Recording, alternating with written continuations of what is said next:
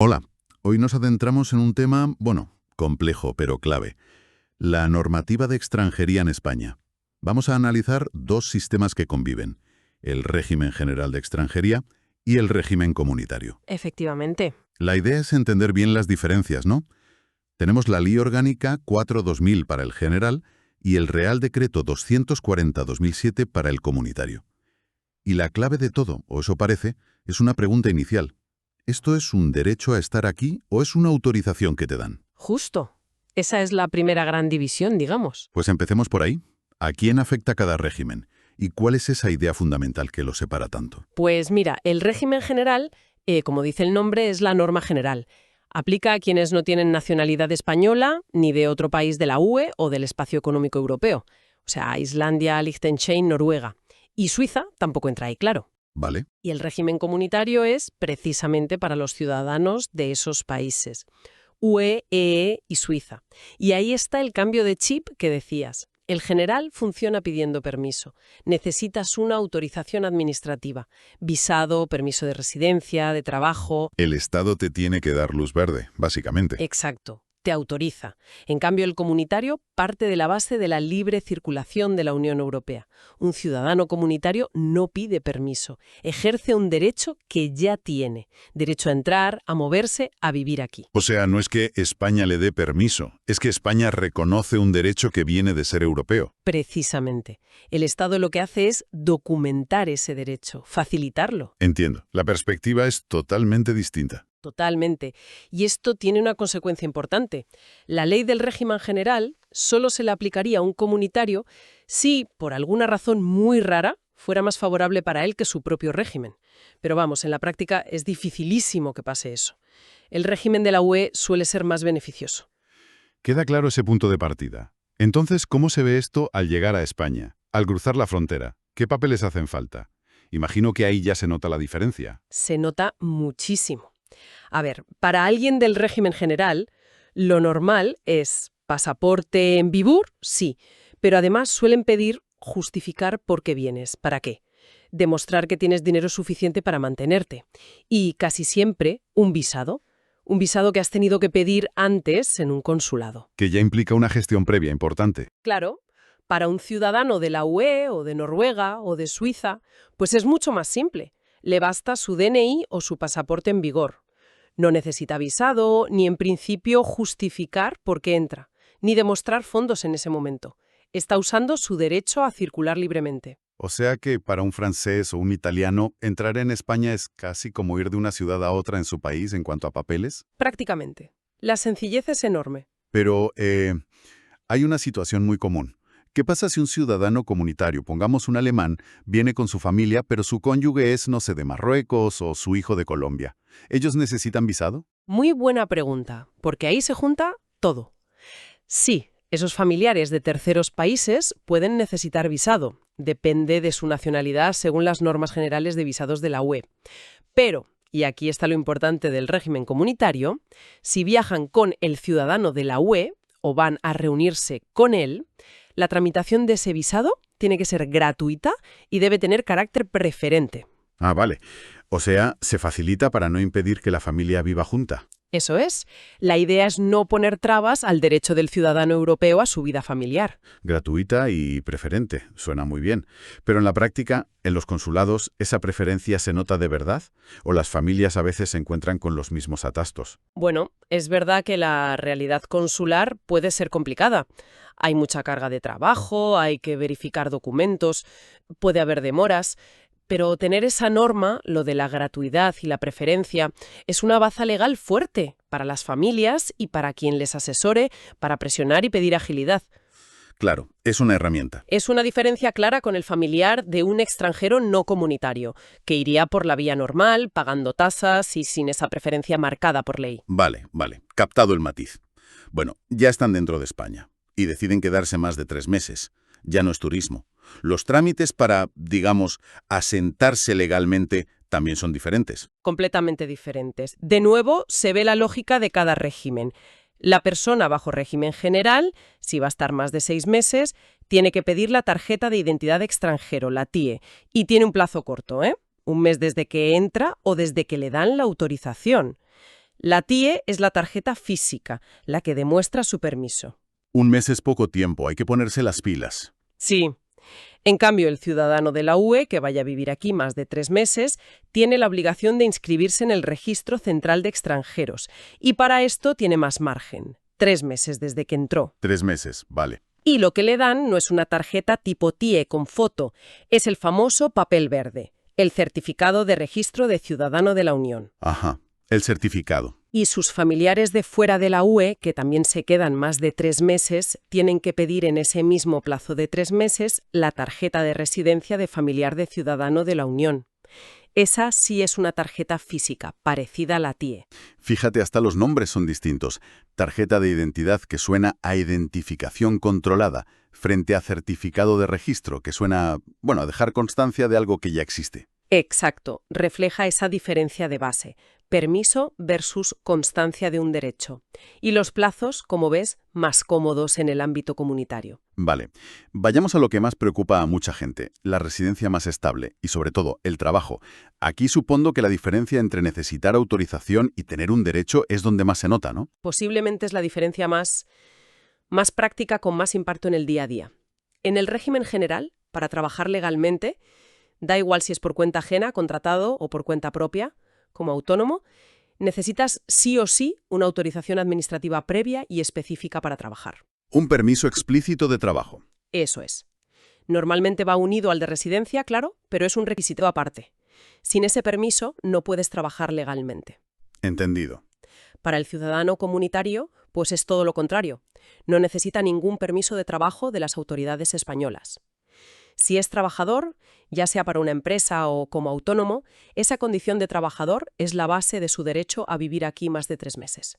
O sea, trabajar no es algo para lo que pida permiso, es parte de su derecho como europeo. Exacto, es parte de la libre circulación de trabajadores, igual que si es estudiante o si demuestra que tiene dinero y seguro médico. Esas son las condiciones que le dan derecho a residir. No necesita un permiso extra para trabajar. Eso cambia las reglas del juego totalmente. Significa que, no sé, un ciudadano belga puede encontrar trabajo en España, le hacen una oferta y en teoría puede empezar casi ya, quitándose los trámites normales de seguridad social y eso, claro. No tiene que esperar meses a que extranjería le dé un permiso de trabajo. ¿Es así? Es así. Toda esa burocracia previa del permiso de trabajo para él no existe. Lógicamente, alta en seguridad social, cumplir las normas laborales españolas, como cualquier otro trabajador. Pero no el filtro previo de extranjería para poder trabajar. Correcto. Y hablando de trabajo, ¿qué pasa con la famosa situación nacional de empleo? Eso de que si hay mucho paro en un sector, se mira antes de dar permisos. ¿Afecta igual a alguien de fuera de la UE que a uno de la UE? Aquí la diferencia es brutal y a menudo es lo que decide si alguien puede venir a trabajar o no. Para dar una autorización inicial de residencia y trabajo por cuenta ajena a alguien de fuera de la UE, régimen general, la Administración mira sí o sí la situación nacional de empleo, salvo excepciones muy concretas, como el catálogo de ocupaciones de difícil cobertura. Que son pocas normalmente. Son pocas, sí. Pues si hay gente apuntada al paro en España, sean españoles o extranjeros ya residentes, que puedan hacer ese trabajo, se deniega el permiso al extranjero que está fuera. Es un filtro claro para proteger el empleo local. Vale. Sin embargo, para un ciudadano comunitario que quiere venir a trabajar aquí, la situación nacional de empleo es irrelevante. No le pueden decir no puedes trabajar de esto porque hay mucho paro. Su derecho a la libre circulación de trabajadores está por encima de eso. Entendido. No hay filtro por desempleo para ellos. Y ojo, importante para las familias. Los familiares de un comunitario que dependen de él, hijos mayores de 21 padres, aunque no sean de la UE, si consiguen su tarjeta de familiar, tienen derecho a trabajar en España igual que un español, sin que les afecte la situación nacional de empleo tampoco. Eso es importante también. La protección se extiende a la familia en cuanto al trabajo. Exacto. Queda claro. El mercado laboral español puede ser una barrera para unos, pero no para otros, gracias a ese derecho europeo. Y una vez que ya se reside aquí, ¿cómo se mantiene esa residencia? ¿Hay que renovar permisos cada 2 por 3 en ambos casos? También distinto. Régimen general. Las autorizaciones iniciales suelen ser temporales, Hay que renovarlas cada cierto tiempo. ¿Cada cuánto, más o menos? Normalmente, la primera al año, luego cada 2 años. Hay que pedir la renovación y demostrar que sigues cumpliendo los requisitos. Si pierdes el trabajo, por ejemplo, puede ser un problema gordo para renovar un permiso de residencia y trabajo por cuenta ajena. Claro, te quedas sin la base del permiso. Eso es, en el régimen comunitario no se habla tanto de renovar un permiso, se habla de mantener las condiciones que te dan derecho a residir. Mientras sigas siendo trabajador o estudiante o tengas recursos, el derecho sigue ahí. El certificado verde no caduca. Lo que sí pueden pedirte es que demuestres que sigues cumpliendo. Pero no es una renovación formal como en el otro caso. No exactamente. Y hay una protección interesante. Si un comunitario pierde el trabajo sin quererlo él, no pierde automáticamente la condición de trabajador para la residencia. La mantiene al menos 6 meses, si se apunta al paro y busca trabajo activamente. Ese colchón de 6 meses es una red de seguridad importante, ¿eh? Sí, refleja que su derecho a estar aquí es más sólido, no se esfuma al perder el empleo. Da un respiro que en el régimen general no siempre existe. Y para los que residen sin trabajar, ¿cómo va lo de demostrar que tienen dinero? Pues ambos piden demostrar medios suficientes. El régimen general dice medios suficientes, que bueno, puede ser un poco abstracto a veces. El comunitario también pide recursos suficientes y seguro médico completo. Pero da una pista más concreta. ¿Cuál? Dice que no se puede exigir una cantidad de dinero superior al umbral por debajo del cual España da ayudas sociales a los españoles, o el importe de la pensión mínima no contributiva. Ah, vale. Da una referencia, un límite objetivo, menos arbitrario.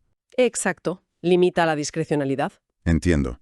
Y si miramos ya muy a largo plazo, ¿hay alguna figura de residencia que sea más estable, más permanente en los dos sistemas?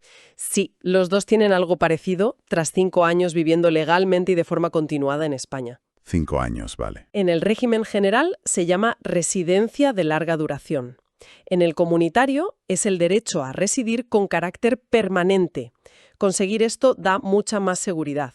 Y la larga duración además te equipara en derechos laborales a los españoles. La base son esos 5 años continuados. 5 años como umbral común para una mayor estabilidad.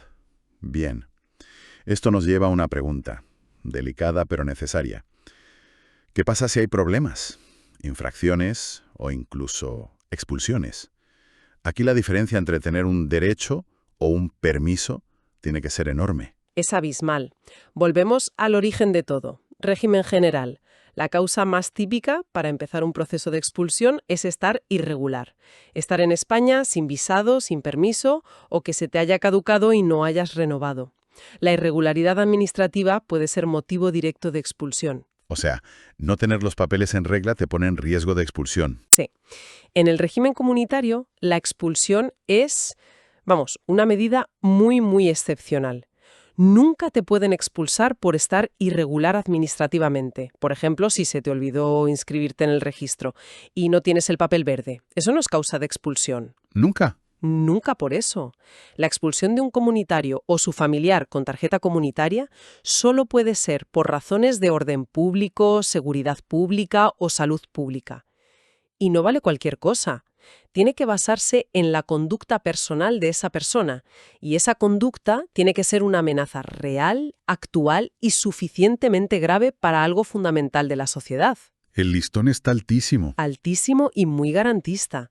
No es como en el general, donde no tener la tía al día sí puede empezar el proceso. Es una diferencia de seguridad jurídica brutal. Para el comunitario, no tener el papel es una falta administrativa, pero no pone en jaque su presencia aquí. Exacto. Es una infracción, sí. Te pueden poner una multa, como a un español por no tener el DNI al día, pero no te expulsan por eso. La expulsión comunitaria es para casos graves, delitos serios, amenazas a la seguridad.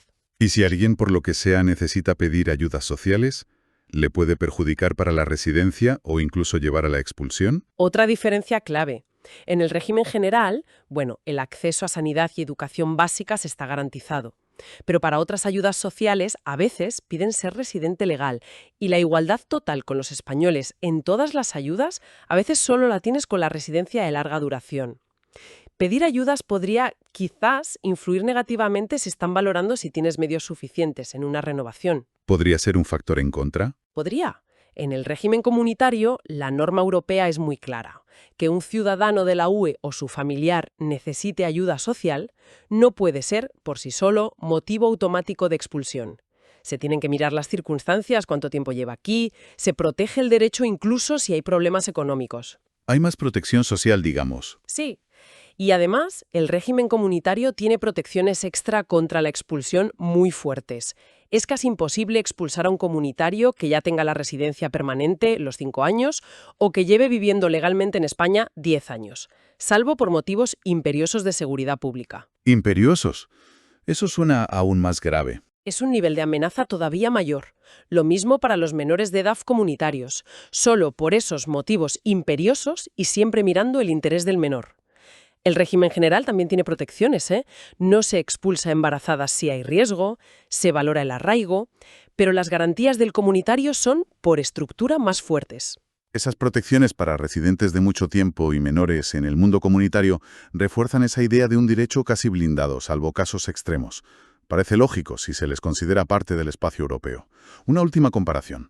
Esas residencias estables, la larga duración y la permanente, se pueden perder por estar mucho tiempo fuera de España. Sí, ambas se pueden perder por ausencia, pero con diferencias.